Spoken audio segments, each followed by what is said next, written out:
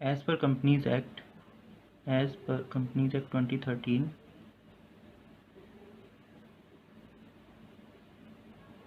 कोई भी company subsidiary company कब हो सकती है वो हमें सेक्शन 2 सबसेक्शन 85 में बताया गया है। The term company includes body corporate. जो ये सब्सिडरी कंपनी का कंपनी है ये बॉडी कॉर्पोरेट के भी इंक्लूड करता है। Now there are two ways to make subsidiary. कोई भी सब्सिडरी बनाने के लिए दो तरीके हैं। पहला तो controlling composition of board, board की कंपोजिशन कंट्रोल कर लो कि हाँ कंपोजिशन उस बोर्ड के जो मेंबर्स हैं उनको चुनने या निकालने की कंट्रोलिंग पावर तुम्हारे पास होनी चाहिए, या फिर कंट्रोल करो तुम 50% से ज़्यादा total voting power. Now this control can be exercise directly और थ्रू वन और मोर सब्सिडरी। डायरेक्टली और थ्रू वन और मोर सब्सिडरी का कॉन्सेप्ट मतलब अगर या तो जैसे कोई एक्स लिमिटेड है जो कि वाई लिमिटेड की होल्डिंग कंपनी है, तो ये वाई लिमिटेड क्या हुई, सब्सिडरी कंपनी हुई। ठीक है, अब इस वाई लिमिटेड की कोई जी लिमिटेड सब्सिडरी कंपनी है, तो ये एक्स लिमिटेड इस जी लिमिटेड की अपने आप होल्डिंग कंपनी हो जाएगी।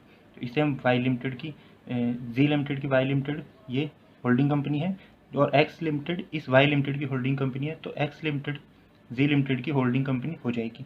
ठीक है, तो वही यहाँ पे लिखा है कि this control can be exercise directly, या तो डायरेक्टली सब्सिडरी है और थ्रू वन और मोर सब्सिडरी, उसकी वजह से ये कंट्रोल तुम्हारे पास आ रहा है, तो वो सब्सिडरी कंपनी मानी जाएगी।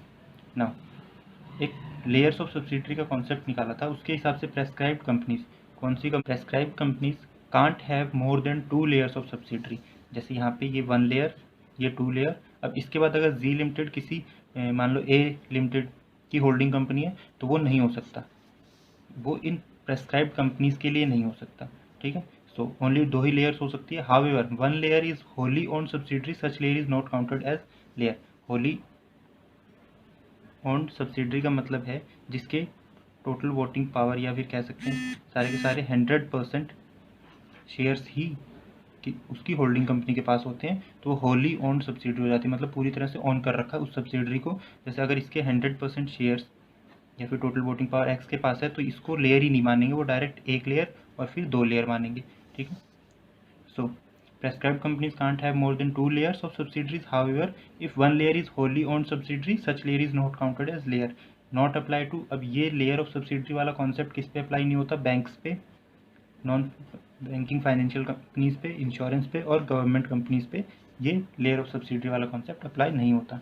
सो as per companies act 2013, subsidiary the term company includes body corporate. There are 2 ways: controlling composition of board, control 50% of total voting power, and layer of subsidiary में 2 लेयर से ज़्यादा नहीं होनी चाहिए। होली ओन्ड सब्सिडरी को layer नहीं मानेंगे। किस किस पे अप्लाई नहीं होता, bank, NBFC, insurance, government companies पे।